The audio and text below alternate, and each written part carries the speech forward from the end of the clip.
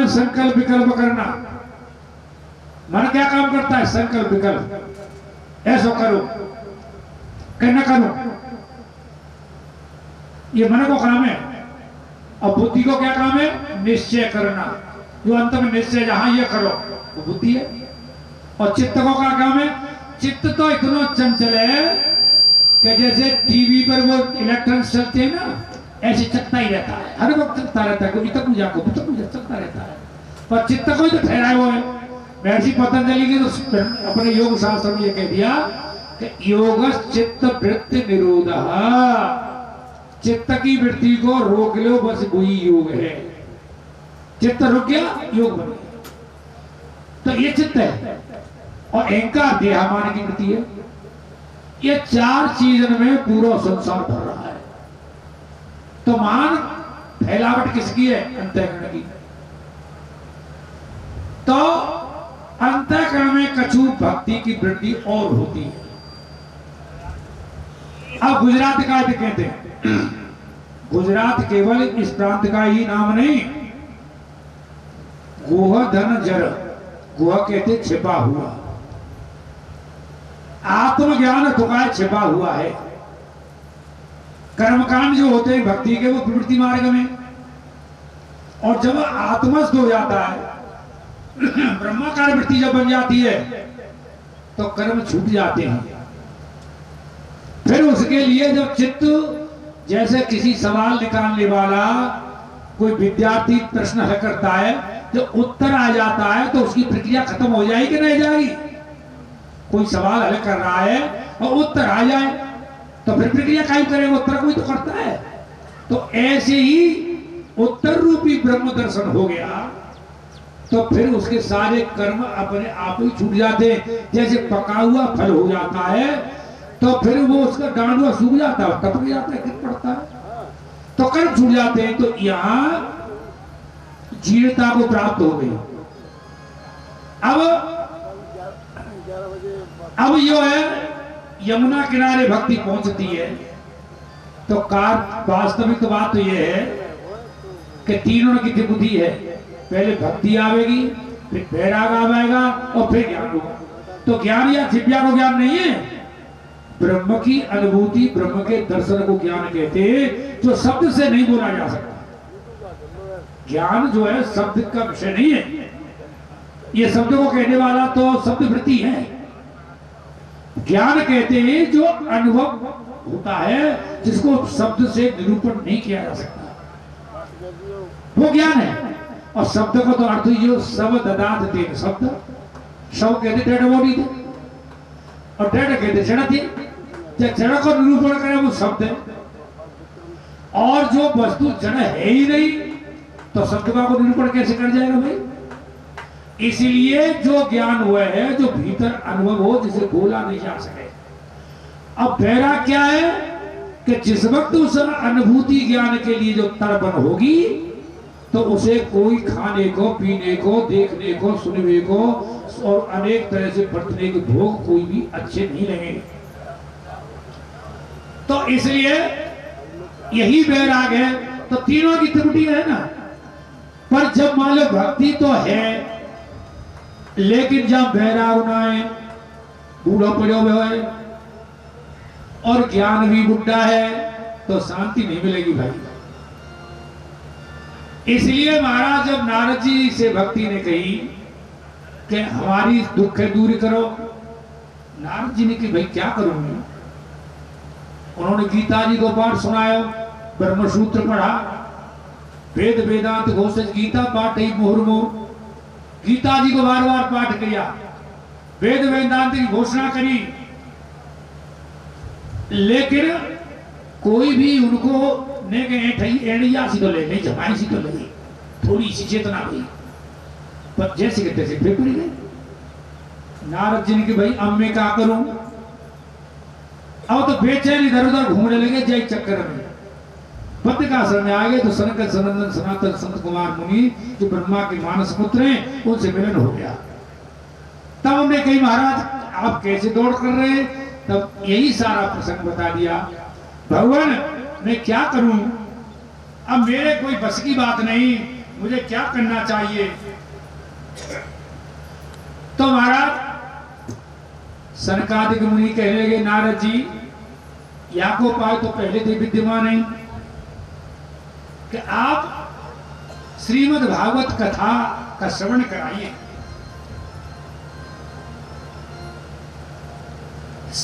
भगवान श्याम सुंदर की कथा वर्णन जब श्रीमद् भागवत के द्वारा होगी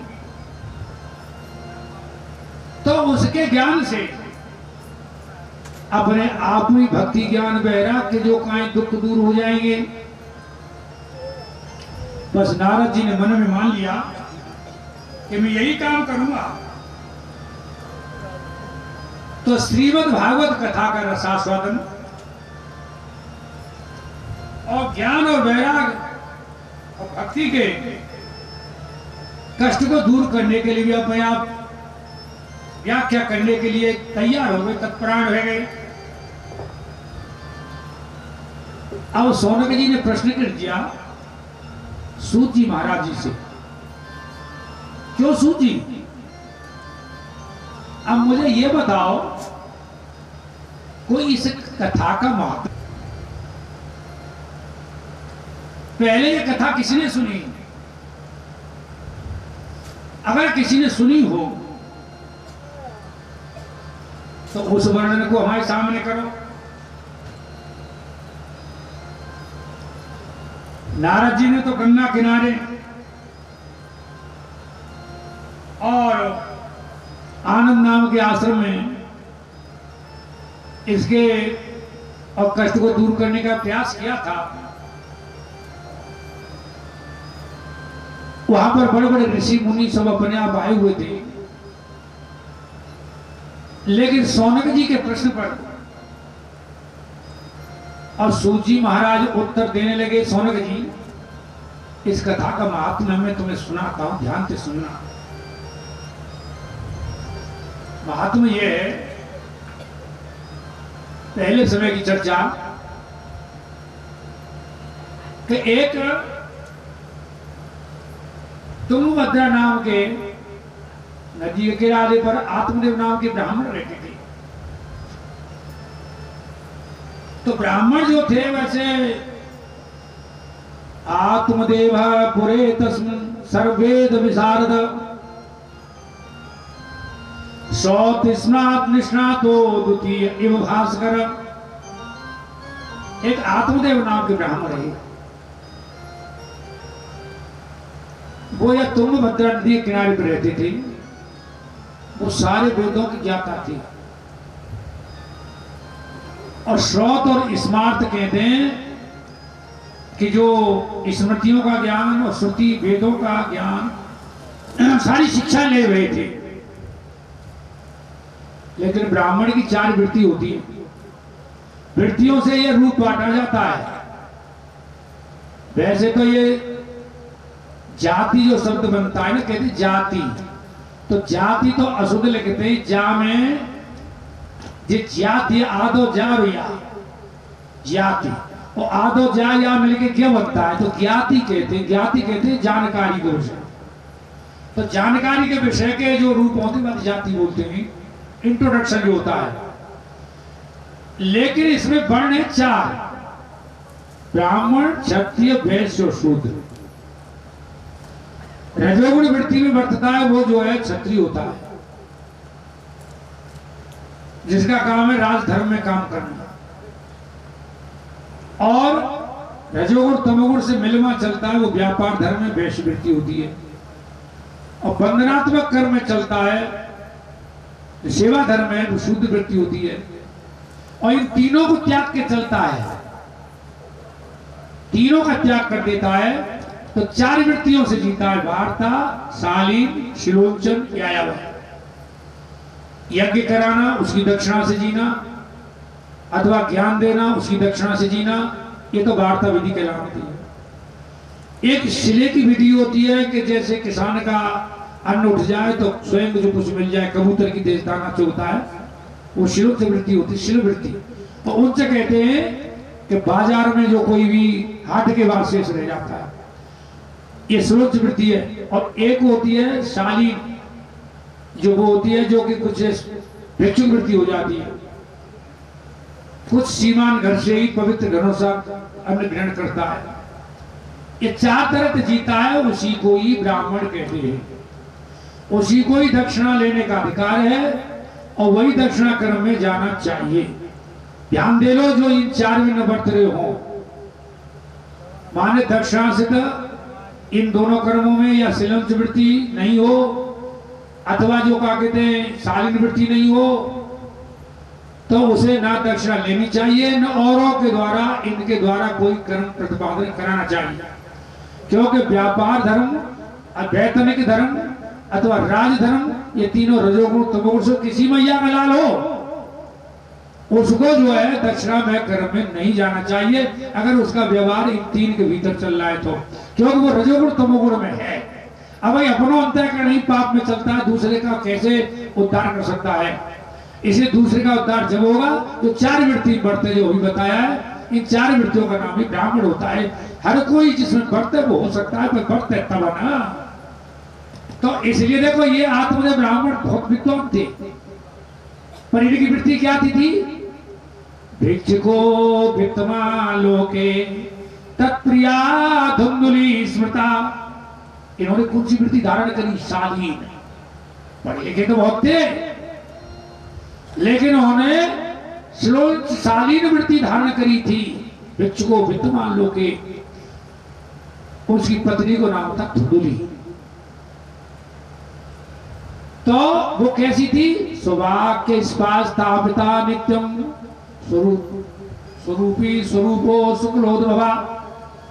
अपने वाक्य में अटल रहती थी ये धुंधुली, और अच्छा रूप भी था, तो बढ़िया ही कुल की थी, लेकिन जाम एक ऐसा स्वभाव था धुंधुली का, जिद्दी स्वभाव था, ऐसी आगे आदत थी धुंधुली की। तो इस ब्राह्मण के वैसे कोई धन तो इन्होंने अपना संतोष था उसे, ब्राह्मण का मुख्य धन संतोष, कुछ भी हो वो तो धनी मान लो उसे, क्योंकि जब संतोष होता है तो कहा है महापुरुषों ने कि गो धन गज धन बाज धन और रतन धन खाने, जब वह संतोष धन तो सब धन धूर समान। ध्यान रखिए, जिसमें संतोष वृत्ति होगी वो धनी कहा जाता है, और जहां में संतोष वृत्ति ना है वह तुम अरबपति बना दो, वो महान दुखी रहता है, महान कष्ट रहता है। व्यवहार में हम देखते एक ऐसे सेठ थे, या कि यहाँ हम ठहर गए थे कहीं, कारव की बात है, अब तो वो सेठ चले गए थे, उनने हम गुरु बना लिए भाई के रात काटी। तो वो सेठ जो का है वो शायद अब कारव गए हुए, तो वो जो अब तो धर्मशाला बांट ली है उनके पुत्रों ने, वो एक दिन आके नमक की बनी हुई थी वो, तो वहां पर जो है वह ठहरा, तो बड़ी सेवा सागरी करी, और जब कोई नहीं रहा, जब शांत बैठ गए तो बोले पंडित जी वे कष्ट कैसे दूर करो, क्या करूं? बोलो फलाने ने जमीन दबा ली है जी, कैसे नहीं करे, बात दुकान ले ली है, और भूखियो माल माठ जब तक वो भूखे से नहीं करे। अब मैं बहुत समझाऊं, बहुत कछु करूं मैं, लेकिन बाकी इतने प्रश्न नहीं कर रहे कि वो न अफसोस न सोमन। तो मतलब कह रहे हो पैसा इतना था, अब उन्होंने कहा द्वारकाधीश मंदिर के पास आ जाना, मैं एक दिन वहां भी गया था, देख वास्तव में पैसे वाला था। तो कितने पैसे वाले बन जाओ, जब तक वृत्ति में संतोष नहीं होगा तो वो कंगला का कंगला ही रहता है, बात मान लीजिए। तो यूं करके एक बात कही है कबीर ने, कबीरा या संसार में धनवंता नहीं कोई, और धनवंता तो जानी हो जब राम नाम धन हो। धनी तो भाई समझ लो जहाँ पे परमात्मा की भक्ति है, तो समझ लो बाबा काम बन गया, और नहीं तो अरब खरब पड़े रहेंगे, लेकिन भजिया तो वही बना रहेगा।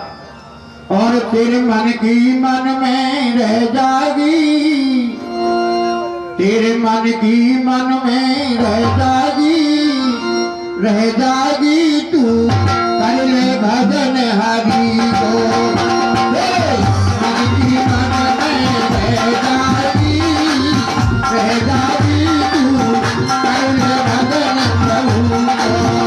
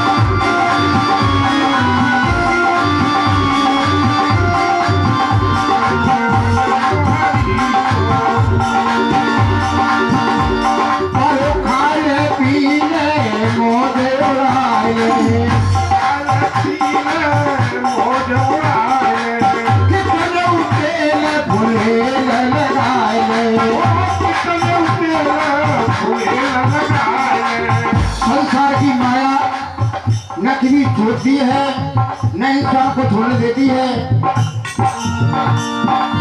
कितने उकेल घोले लगाए कितने उकेल घोले लगाए और आभूषण से देह सजाए आभूषण से देह सजाए तेरी एक पलक में बह जाएगी मन की मन में बह जाएगी तू कर ले भजन हरि को बैठी रो मत रह जाएगी तू कर ले भजन हरि को मन की मन में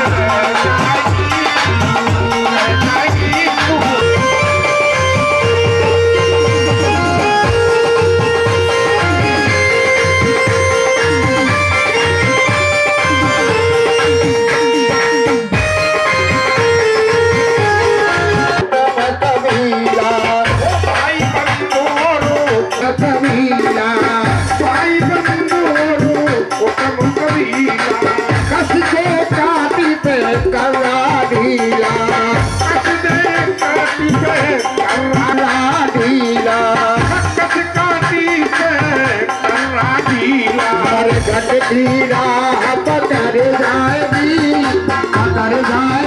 तू हर में भजन हरि को मन की मन में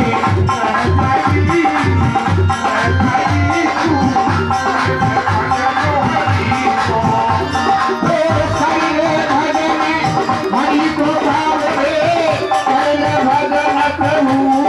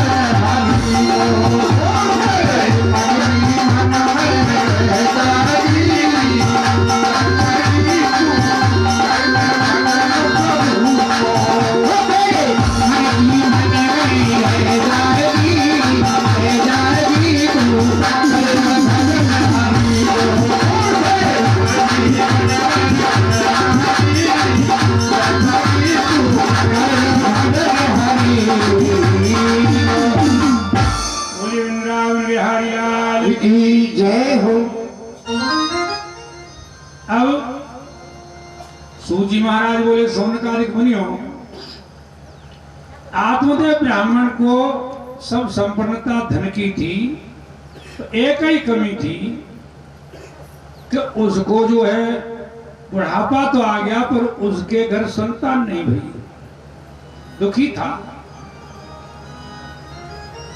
अब ये सोचने लगा भाई मैं पिता ऋण पूरा नहीं कर सका, गृहस्थ भोग के संतान उत्पन्न करके ही पिता ऋण पूरा होता है, लालन पालन करके।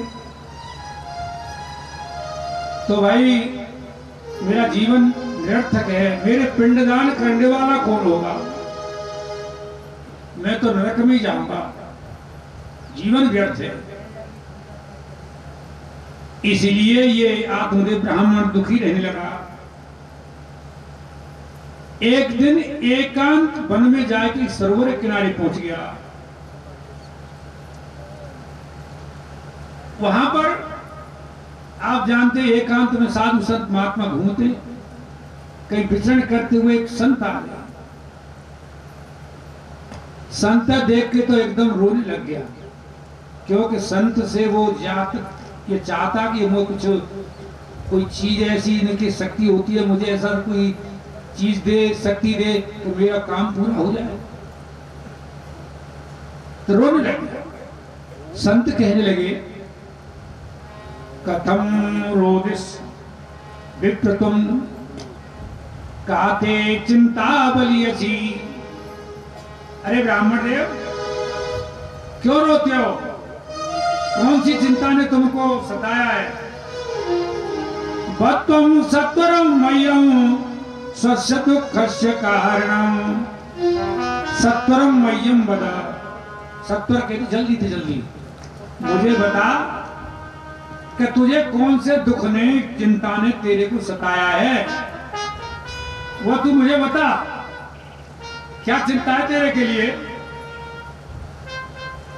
तो ब्राह्मण रोने से बंद ही नहीं हो, ज्यादा कहा तो कहा महाराज देखो मैं अभागा हूं। कैसे, अगर कोई पेड़ लगा लो मेरे हाथ का तो मेरे हाथ का तो पेड़ भी नहीं लगता। पालते या मेरा धेनु सावंताम सर्वथा हुए, अगर कोई मैं गाय पाल लूं तो वो बंजा हो जाती है, वो भी अच्छा देना बंद कर देती है। और फलियां बजाते तो मेरे घर आया वो एकदम सड़ भुन जाता है, संतान तो मेरे है ही नहीं। जब मैं ऐसा अभागा हूं तो इस दुनिया में रहने को कोई अधिकार नहीं, मुझे मर जाना चाहिए। संत बोले अरे बावड़े ब्राह्मण देवता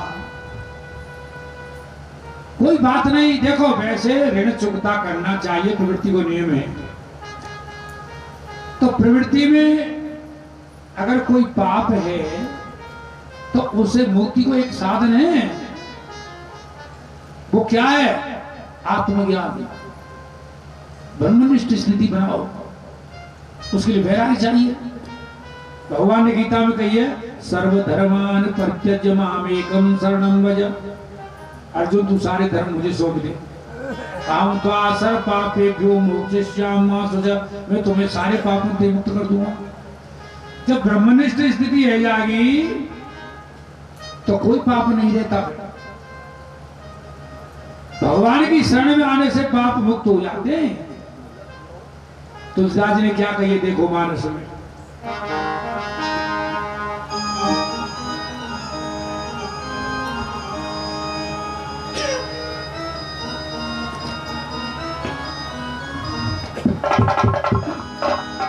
अरे कोटि विप्र बदला गए जाई, कोटि विप्र बदला गए जाई, जय जय सीताराम हरे जन्म कोटि अविनाशो तवई, जय जय राधे श्याम हरे, जय जय राधे श्याम हरे, जय जय सीताराम हरे, जय जय राधे श्याम हरे, जय जय सीताराम हरे। कोटि विप्र बदला गए जाई, कोटि विप्र बदला गए जाई, जय जय सीताराम हरे।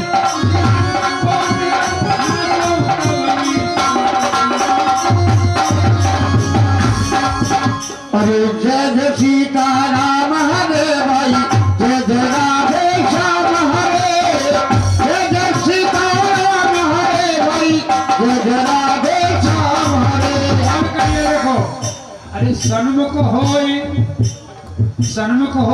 जीव मोहि जबहि, सन्मुख होई जीव मोहि जबहि, जय जय सीताराम हरे। सन्मुख होई जीव मोहि जबहि, जय जय सीताराम हरे। सन्मुख होते अविनाश तवहि, जय जय राधे श्याम हरे। जय जय राधे श्याम हरे भाई, जय जय राधे श्याम हरे, जय जय सीताराम हरे भाई, जय जय राधे श्याम हरे। भगवान के शरण में आ जाएंगे या दरबार में आ जाएंगे, जो दरबार लग रहा है। तो यहाँ पाप भक्ति को दरबारा है, वास्तव में पाप भी होंगे वो छूट जाएंगे। क्यों? यहाँ श्री कृष्ण के दर्शन प्राप्त होंगे, जो सदा निष्पाप है, आत्मनिष्ठ स्थिति होगी, ब्रह्म ज्ञान होगा। फिर मां पाप कहाँ है? अरे साफ श्रुति कह रही है, तरते शोकम तरते पापम। मां शोक से तर जाता है, पाप से तर जाता है, सारे कर्म से ही तर जाता है। तो ब्राह्मण देवता मेरे कहने से तुम ये तो संसार के भोग जो मिल जाए वही में संतोष करो। तो ब्राह्मण देवो संतोष आदाद उत्तम सुख लाभ, उत्तम सुख की प्राप्ति संतोष से मिलती है। पर ये जो तो है सुख चाहना है तो सुख मिलेगा, तो सारी वासना त्याग के भगवान की शरण में आए। मुंच ज्ञानम प्रजारूपम बलिष्ठा कर्मणो गति, विवेकम तु समासात संसार संसार। संसार वासना एक काम कर, ये तेरे अंदर ज्ञान भर रो कि मैं बेटा हो फलाना हो, ये ज्ञान को छोड़ दे। और ये कर्म की गति बड़ी विचित्र होती है, जब जन्म जन्मांतर के कर्म होते हैं वो चलते रहते हैं। तो मेरी बात मान, तू भगवान का भजन कर, बैराग। महाराज मेरा तो भजन में मन ही नहीं लगता, मैं तुम्हारी बैराग की कहानी अच्छी नहीं लगती। क्योंकि विषया रत्न ज्ञान कहानी, विषयी पुरुष तो ज्ञान की चर्चा करो तो अच्छी लगेगी क्या? नहीं लगती। वो तुम्हारा संतान चाहिए। अच्छा एक बात है ब्राह्मण देव, ये तुम्हें मिल भी जाएगा, लेकिन थोड़े काल को सुख मिलेगा, दुख भी बदलता है। संसार को ये नियम है, कोई चीज मिलती है थोड़े समय को तो निकल अच्छी शांति से लगी, हमारा काम पूरा हो गया, लेकिन वो फिर बदलता दुख में ही। तो तुम मेरे कहने से संसार वासना छोड़ दे, भगवान के भजन में आ। लेकिन ब्राह्मण गर्दन हिला के लगे, ना महाराज ना, वो तो सब पुत्र चाहिए। देख भाई ब्राह्मण, सुमिरन बिन गोता खाएगा, सुमिरन बिन धोखा खाएगा। मेरा बिन धोखा खाएगा, मेरा बिन धोखा खाएगा, बिन धोखा खाएगा, बिन धोखा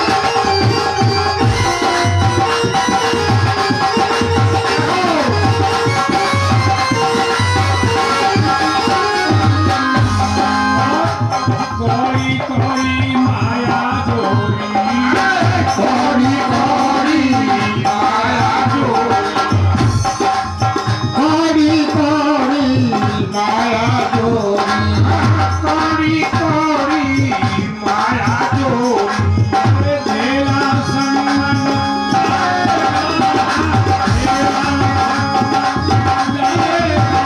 सुमिरन बिन गोता आएगा सुमिरन बिन गोता आएगा आएगा भाई आएगा आएगा आएगा सुमिरन बिन गोता आएगा सुमिरन बिन गोता आएगा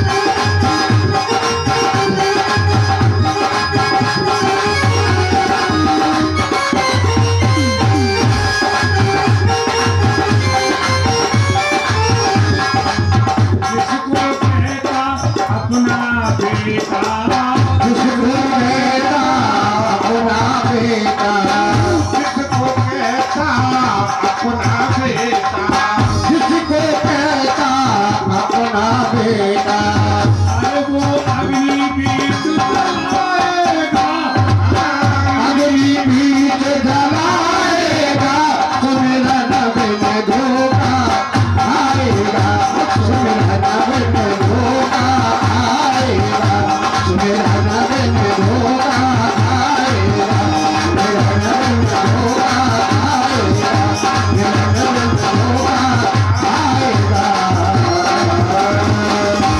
बोले वृंदावन बिहारी लाल की जय हो ब्राह्मण बड़बड़ी युक्ति दे के समझा रहे हैं संत भगवान, लेकिन ब्राह्मण की समझ में नहीं आ रहा है, संसारी पुरुष की समझ में आता ही नहीं है। अरे देख ब्राह्मण कर्म की गति विचित्र है, वो तो भोगनी पड़ती है। अवश्य में भोक्तव्यम कृतम कर्म आसवम, को कुछ खर्च भी कर ले ये कर्म तो भोगना पड़ता है। एक बार ऐसा हुआ, एक बुढ़ा और एक बुढ़िया 80-90 वर्ष के थे दोनों। उनको एक लड़का जवान तो भिक्षा करते थे वे। तो लड़का तो हिष्ट पुष्ट था, सो कुछ लोग कहते थे क्यों रे जी तू तो खूब कमा सकता है, तो इन तू भीख मांगता है और इनको सेवा करना चाहिए तो कमा करके। तो ये घरवाली बहुत चालाक है, ये बोली अपने बूढ़े पति थे, बोले ऐसा है कि जी हमारे लड़के के लिए ऐसा कह के लोग हमको कुछ देते नहीं भिक्षा में, ऐसा करो कि हम अंधे बन जाए, तो ऐसी रहेगी कि आंधे धुंधे लड़की सेवा कर रहा है तो भिक्षा देंगे लोग। या तो जिनने रूप बना लो करो अंधो धुंधो मांगे खाएं लोग, ये कहें कि भाई अंधे ने जी सेवा कर रहा है, ठीक है कोई बात ना। तो महादेव और पार्वती जा रहे थे वहां से निकल के। पार्वती बोली भोले बाबा देखो ये कितना कष्ट पा रहे अंधे, इनको तुम कुछ वरदान दे दो या कुछ दे दो, वो तो देखा नहीं जाता इनका कष्ट। भगवान शंकर बोले चलो चलो ये तो दुनियादारी है, ये तो संसार है, तो किस किस के दुख दुख रहेगी, अब पे कर्म से सब खेल सकते हैं। नहीं अब तो पार्वती और नाराज आएगी, मोहे ठिके नहीं। क्यों? क्योंकि भी बात नहीं मानी है, अभय करने से तो जाए थे अपाय थे। भस्मासुर दे आए वरदान, अपनी मर गए होते, इतना उपाय दिया है और मैंने कह रही हूँ सो मेरे कहने से कुछ इनको नहीं कर रही। पार्वती नाराज है गई और उठ के चल दी। भगवान शंकर बोले तो मैं कहा करूं, तो इनको कुछ दियो। तो लो ठीक है, इनको रोक के ला थोड़ा सा। अब महादेव जी ने पार्वती से कही कि देखो ऐसा करो कि मैं इनको ऐसा कर रहा हूं, कितना हीरा पन्ना जवाहरात ले लेंगे, वही कर रहा हूं। इनने आंख तो बंद कर रखी थी वैसी बनावटी। महादेव जी ने आगे क्या किया, हीरा पन्ना जवाहरात सोने के कण बिखेर दिए। अब इनके पैर पड़े उन पे, तो ये बुढ़िया की घरवाली बुढ़ी बोली, ऐसा कौन सा कम वक्त आ गया जो हमारे सामने हमारे कांटे पत्थर डाल गया, हमारे पाँव में हम अंधे धूधे परेशान कर रहा है, गाली देने लगे। भगवान शंकर बोले पार्वती ले सुन ले गाली, मैंने पहले मना करी थी। तब पार्वती और नाराज है, बोले मैं इसलिए कर दिया है तुमने इनको पागल सा कि मैंने कुछ कह दी, मेरी जिद्दियत तो वे तो मानते ही नहीं है कबो किसी बात को, और जिद पकड़ ली। भगवान शंकर ने कही तो भाई क्या करूं, हमें ऐसे नहीं मानते कि ये डाल दिए वे डाल दिए और उनको पागल कर दिया, तो वे तो फिर मिले उनको कुछ रहा नहीं है, उन्हें वरदान दो सीधा। तो वे तो आगे चले गए, तो मिल आती उनको, तो पार्वती उनको पकड़ पकड़ के लाई।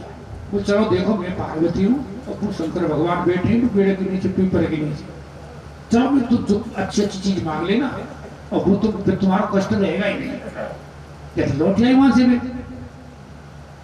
भगवान शंकर बोले भाई तीनों देवताओं, अब हमारी जो शक्ति कह रही है उनके हिसाब से भैया तुम कोई वरदान मांग लो जो तुम्हारी इच्छा हो। बुढ़ा बोला, अपनी घरवाली बुढ़ी थे, बोल तुमने ज्यादा होशियार सीन, हम पे तो कुछ ऐसा सहूर भी नहीं है, कुछ भी कोई चीज मांगो इनसे। तो ये बोली, बोले भोले बाबा मैं चाहूं सोई दंगे कब। हाँ ऐसा करो कि मुझे तो जो बुढ़े पर की बड़ा फजत है रहा है, मेरी पहले 16 वर्ष की जब मैं थी, 14-15 की, तो मेरी अवस्था इतनी बढ़िया थी, अब तो वो चलो जाए ना आंखें से दिखे, शरीर बेकार हो रहा है। मैं 16 वर्ष की जैसे पहला शरीर है, तो ये तो भाई शरीर बना दो। भगवान शंकर ने कही ये मस्त, तो 16 वर्ष की कन्या बन गई, तो 15-16 वर्ष की। अब बुढ़े ने देखा कि मेरी 90 वर्ष की उम्र और जित 15-14 की हो गई, तो जेब गांठ की जीव नहीं टिकेगी, तो और मेरी सहेली तो भाग जाएंगी, चोर मेरे को पकड़ लेंगे और आग लग गई गांव में, तो मैं जल मरूंगी, मुंह पे कहीं नहीं जाएगा कमजोरी में, मैं नहीं खाऊंगी इस फल को। सो फल लेके गाय को खिला दिया,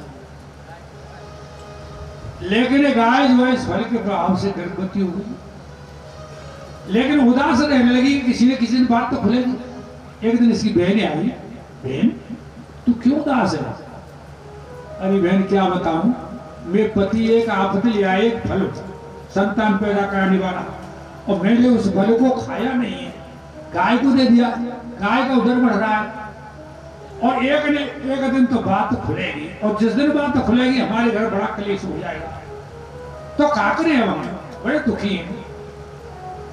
या की बहन बोली, बहन तू बिल्कुल दुखी मत हो, देख मेरे घर में एक बाप कोई संतान है, तू अपने पति से ये कह दे कि मैं गर्भवती हूं, तो इसलिए मेरा मन करता है बढ़िया बढ़िया चीज खाने को, तो खा बाजार से मंगा के, और काम बिल्कुल ढेला को मत कर, कुछ जाए मत, कुछ काम मत कर, मैं बाहर नहीं जाऊंगी।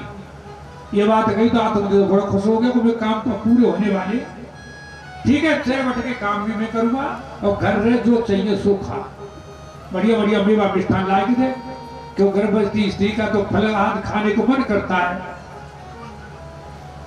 अब तो ये आनंद से रहने लगी। आत्मदेव ये मन में सोचने लगे कि मेरी कामना पूरी होगी। एक दिन इसकी बहन के एक बालक जन्मा, और ये बालक लायक नाई चुपचाप इसने अपनी बहन को धुंधली को दे दिया। धुंधली ने कह दिया मेरी संतान हो गई। आधों बड़े खुश हुए, अपने बेटा को जात कर्म संस्कार किया। उसी वक्त गाय के द्वारा भी एक ऐसी विलक्षण आकृति जन्मी, जब वो सारा शरीर तो मनुष्य को, पर कान जो थे गाय की तरह थी। ये गोकर्ण भगवान भेज थे, बोलिए गोकर्ण भगवान की जय। अब आत्मदेव ने मिठाई बटवाई, अपने बच्चे को जात कर्म संस्कार किया, और नामकरण होना चाहिए। आत्मदेव ब्राह्मण बोले अपने नाम पे नाम बना लू इसका, मेरा नाम है आत्मदेव, तो या को नाम रख लू ब्रह्मदेव। या की पत्नी बोली, बोले वाह लड़का मेरो, और नाम धरो तुम अपने ऊपर, नाम मेव नाम पे मैं अपने नाम पे नाम धरूंगी। तो ब्रह्मदेव नहीं रखोगी ना, मैं तो अपने नाम पे रखूंगी, तुम अपना क्यों, लड़का मेरो है तो रख ले, भगवान अपने नाम पे रख ले। कारक है कि मेरा नाम धुंधुलिया में तो जाकर नाम धुंधुकारी रखूंगी, ठीक है तो धुंधुकारी कह लिया करेंगे। ये धुंधुकारी बड़ी नीच प्रवृत्ति का था, क्योंकि ये तो उसकी बहन का बेटा था, बुरे संस्कारों से पाला गया। ये थोड़ा बड़ा हुआ, छोटे छोटे बच्चों को धक्का दे जाए, बड़े बुरे धक्का दे जाए, वन में जाए तो का जीव की, पक्षी की टांग तोड़, का पांख तोड़, तो बहुत सी जो है, बहुत ही उसको जो है सजा दी, बहुत कष्ट दी। सब लोग जाके आत्मदेव से कहें, अरे ब्राह्मण, तेरी तो संतान जो भई का है बड़ी निकम्मी भई है, तू तो ब्राह्मणों को संतान, तेरी ब्राह्मण नहीं है, आचरण तो राक्षस के हैं। राक्षस की कोई पूछ सी थोड़ी होती है, उसके आचरण होते हैं। मानस में कहिए तुलसीदास जी ने,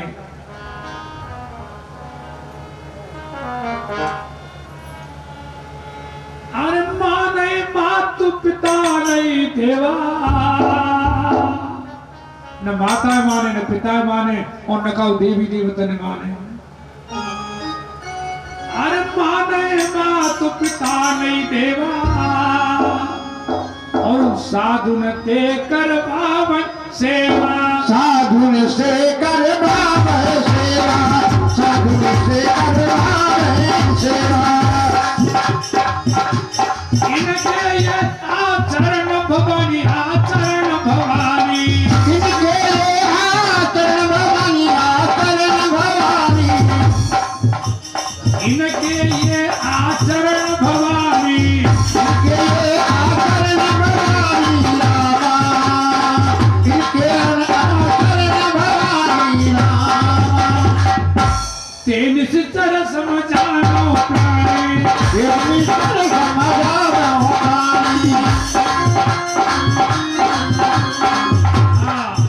जिनके ऐसे आचरण होते वे राक्षस है, उनके सींग और पूंछ नहीं होती, बुरे आचरण ही राक्षस के होते हैं। तमोगुणी जवाब आत्मदेव बड़े दुखी होने लगे, हाय हाय, यानी तो मेरो सारा जो है तपस्या ही नष्ट कर डाली, अपने से मिल रहा है मुझे।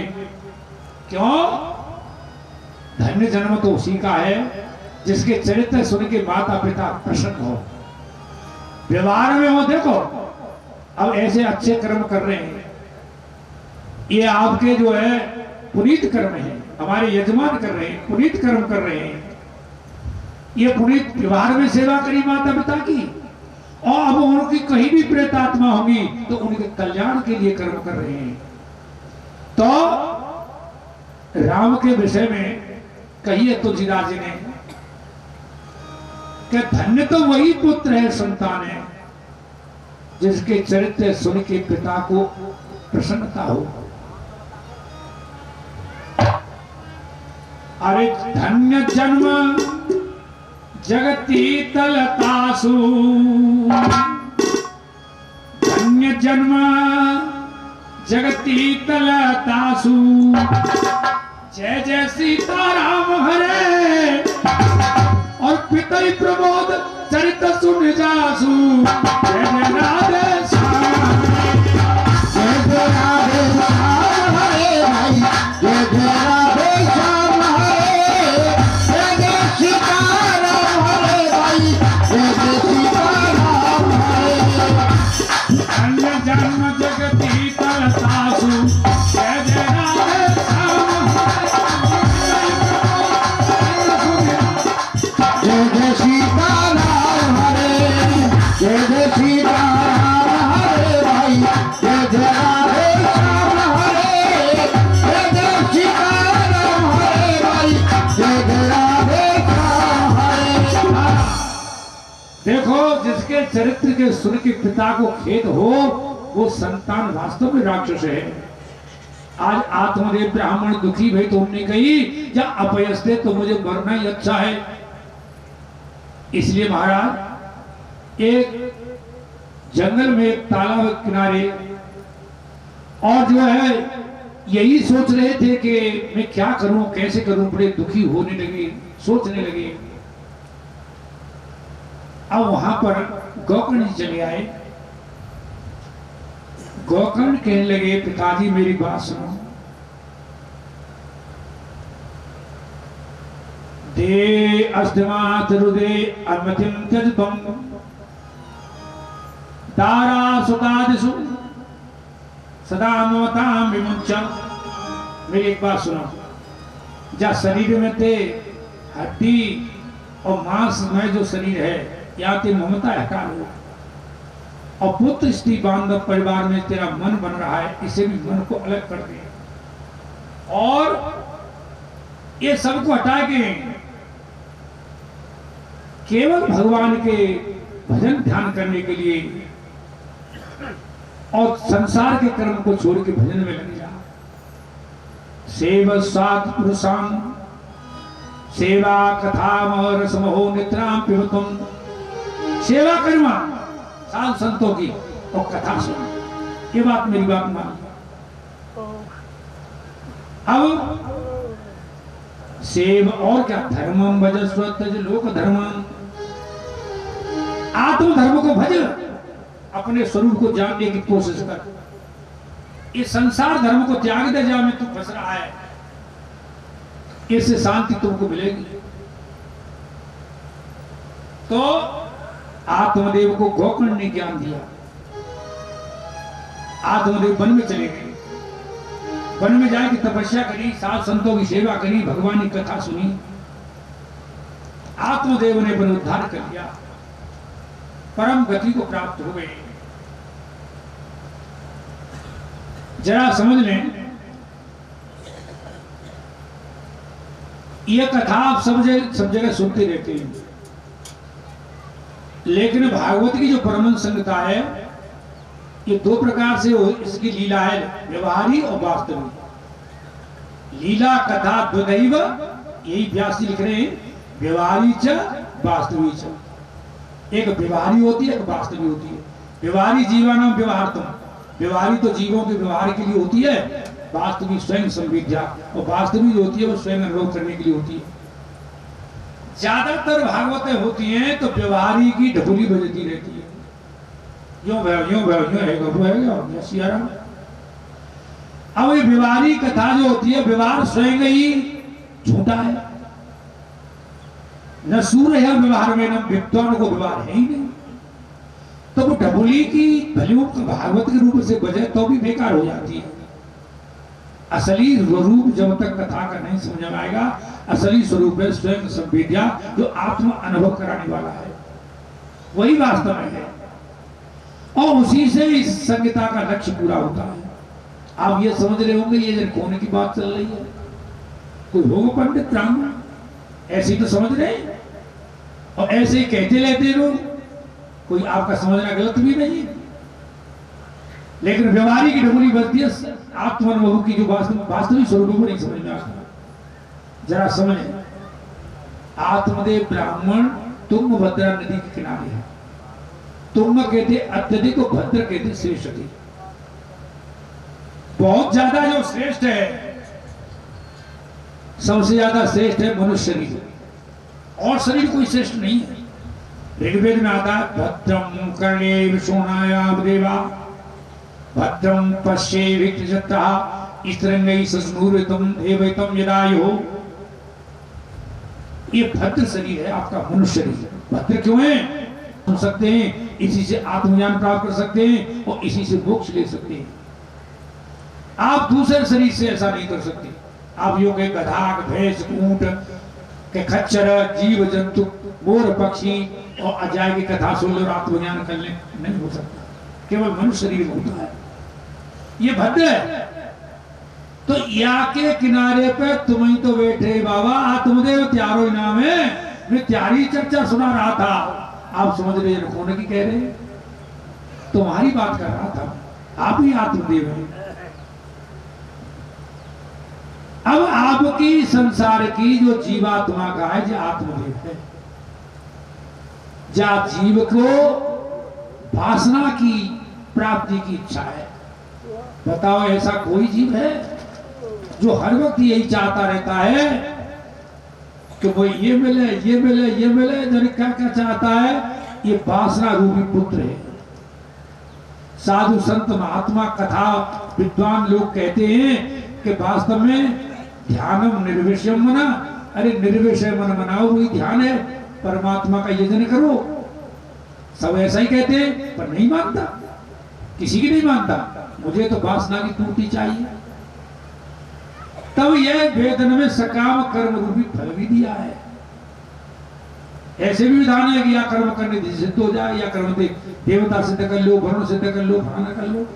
जैसे आगे कथा में आएगा, हरिश्चंद्र ने वरुण की सिद्धि कर ली थी, और फिर यूं कही कि मेरे कोई पुत्र रह जाए तो मैं पहले संतान वरुण ने सकाम कर्म किया था और उसे फजीते हुए थे। तो सकाम रूपी कर्म फल भी दे शास्त्र में, लेकिन वो दे तो दुखाइए भाई, शुष्कतोष निष्कामता से मिलता है। तो इसलिए यही फल है। और धुंधुली कौन है? या कि मंद बुद्धि। धुंधुल के अंदर जहां कम प्रकाश हो, बुद्धि मंद का है, जी धुंधुली है। ये कभी भी शास्त्र के वचनों को ग्रहण नहीं करती, ये सबको माया की ओर फेंकती है। शास्त्र सुनेगो तो माया के लिए, साधन करेगो तो माया के लिए, भजन कर लो तो माया के लिए, कोई बिरलो ही बचा इससे। और सबकी इच्छा रहती है कि या साधन करूं मुझे ये मिल जाए, या करूं ये मिल जाए, और ऐसा हो। भौतिक बात चाहता है, माया अधिकाई यही है, धुंधुली की बहन है। और संतान तो यह माया में तो पैदा है, जो वासना खाते टूटती है रही है माया थे। अब जो कुछ धन दौलत महल अटारी प्रतिष्ठा पद पद जो कुछ चाहिए माया में, तो संतान तो माया के होते। या जी मंद बुद्धि स्वीकार कर लेती है धुंधुली। तो समझ रहे कथा तैयारी चल रही है, समझ लियो विचार करके, नहीं और की नहीं है। ये जीवात्मा या मंद बुद्धि जाकी हटकाए, माया अपनी बहन के वासना रूपी पुत्र को स्वीकार कर लेता है। बस जी धुंधुकारी है वो, जो आत्मज्ञान अतुका है ब्रह्मदेव, तो उसका नाम नहीं हो पाता। ये तो बस कोई धुंधुकारी बन जाता है, मंद बुद्धि से अहंकार और बन जाता है, अहंकार पैदा होते हैं, आपका नाम है धुंधुकारी, जो अंधेरा करे। जी बड़ा खतरनाक है। अहंकार तो हिंसा करता है भाई, देख लो जितनी हिंसा होती है अहंकार से होती है। चार तरह का अहंकार होता है, एक तो धन का, और एक ज्ञान का, और एक प्रतिष्ठा का, पद का। ये अहंकार होता है। चार तरह के अहंकार, जाति गोत्र का अहंकार होता है। तो चार तरह को अहंकार से ही हिंसा होती है। और अगर यह अहंकार हटा दे तो हिंसा से बच सकता है। जितनी हिंसा होती है अहंकार में होती है। ये तो हिंसा का था ना धुंधुकारी। जब हिंसक होगा तो तुम्हारा जो आत्मदेव अथवा या शांति कैसे मिलेगी भाई? नहीं मिलेगी। चलो, गोकर्ण कहते, गो कहते इंद्रिय थे, कर्ण कहते कान थे। कानेन्द्रिय से तुम ज्ञान सुन लो, वचन सुन लो, विद्वान की वाणी सुन लो, कथा सुन लो, तो इनसे आत्मा को बोध जरूर होगा। आज कथा सुन रहे हैं आत्मज्ञान की, तो आपको ज्ञान अवश्य होगा, बोध अवश्य होगा। तो भजन करोगे, सत्कर्म करोगे, और अपनी मुक्ति का साधन अवश्य करोगे, तो आत्मदेव ने कल्याण कर लिया था। लेकिन ये धुंधुकारी जो तो प्रेत है ना, अहंकारी पुरुष से हिंसा करता है, चाहे बड़ो बलवान बन जा, चाहे लक्ष्मीवान बन जा, चाहे पैसे वाला बन जा, इसे प्रेत बनना पड़ेगा। प्रेत कौन से कहते हैं? जो बार बार जन्मे और मरे। प्रेत माने, प्रेत धातु संस्कृत की, आए के आना और जाने वाले को प्रेत कहते हैं। आवे को जावे को, जन्मे को मरे को, जन्मे का मरेगा, ये प्रेत है। और यहाँ में क्या है? प्रेत अवस्था में जाकी वासना की पूर्ति तो होती नहीं है, कर्म ये करता नहीं है, रोता ही रोता है। एक बार गोकर्ण चले आए इसी स्थान पर, तो गोकर्ण जी ने और उस जगह पर अपना निवास बनाया। सब लोग बोले जहां प्रेत रहता है साहब। गोकर्ण बोले आज तो आसन मानो नहीं लगेगा, आसन लगा दिया। हुआ क्या कि रात्रि में गोकर्ण जी देखते हैं कि कोई चीज है। क्या दशा है उसकी? सकरण में सा सकदस्ती सकचमय सोवत सकतिंद्र सकचाग में मनुष्य पुरुषो अववत। कबू तो इंद्र बन जाए, कबू हाथी बन जाए, कबू भैंस भैंसा बन जाए, और कभी अग्नि का रूप ले ले। आप जानते हैं कि ये देवता बन सकता है, इंद्र और अग्नि देवता है, तो प्रेत अवस्था देवता लोक में हो जाती है, देवता बन जाएगा। अरे पद मिलेगा, बड़प्पन मिलेगा तो क्या है, हद तक हुई संसारी कीड़ा है जब तक भक्ति भजन से ज्ञान प्राप्त नहीं करेगा तो। अरे एक बार बस्ती महाराज ज्ञान दे रहे थे राम को, तो कुंवरी ना कीड़ा आएगा योग वशिष्ठ में। तो वशिष्ठ जी उसको देख के हंसी गई। राम जी बोले गुरुदेव कैसे हंसे? अरे यूं हंसो राम, ये गुबरीला कीड़ा आते हो ना, जाने 1000 बार तो इंद्र को पद पायो और ये गुबरीला कीड़ा है। पैसा वाले बन सकते हैं, पद ले सकते हैं, मिनिस्टर एमपीओ में कौन बन सकते हैं, सब कुछ हो जाएगा, लेकिन आत्मज्ञान नहीं हुआ, कथा सुन के परमात्मा का दर्शन नहीं हुआ, तो रेगो गोबरीला को कीड़ा ही आज तो कल लिखा होना है, ये उसके हाथ में नहीं है, कल हो ही जाएगा, जब क्या बनेगा कर्म से। इसलिए देवता बनना कोई बड़ी बात नहीं है, इंद्र अग्नि देवता भी हो जाते हैं, भैंस भैंसा भी बन गए। जो तक तो गौकर्ण जी ने कुछ नहीं कही, क्योंकि जो उपदेश देवता को नहीं है और जो उपदेश पशु को भी नहीं है, जो उपदेश है तो केवल मनुष्य को है। जब ये मनुष्य के शरीर में शकल में आए, देखो ये उपसंहार के लिए थोड़ा कथा रह रही है, घबराए नहीं, मैं समझ रहा हूं आज लेट कथा शुरू हुई थी, इसलिए एक अध्याय बाकी बस जो है पूर्ण होने लगा है। तो तब जो है गौकर्ण ने चल के छींटा मार दी, तब वो शरीर उकर ठहर सका, तो रोने लगा। आम बाता तो दियो धुंधुकारी नाम था, मैं तेरो भैया धुंधुकारी हूं। तब गौकर्ण जी ने कहा भैया मैं तेरे लिए गया पिंडदान तो किया था। अरे बोले उससे कुछ नहीं हुआ, कोई और काम करो। तब गौकर्ण जी ने ये श्रीमद् भागवत कथा सुनाई, तो अपने आसन में दक्षिण दिशा में 7 गांठ को बांस लगाया। पहले दिन आई कथा में एक ग्रंथि फटी, चढ़ चढ़ की आवाज हुई। दूसरे दिन कथा में दूसरी ग्रंथि फटी, 7वें दिन 7 गांठी फट गई। तो उसमें से क्या देखा, दिव्यंग पीताम्बरधारी और एक आकृति प्रकट हुई, जो उसका स्वरूप तो देव रूप हो गया। आकाश में विमान आया और ये स्वर्ग में चढ़ के आकाश को गया। और लोग बोले महाराज ये कौन था? अरे बोले यही तो कथा सुन रहा था।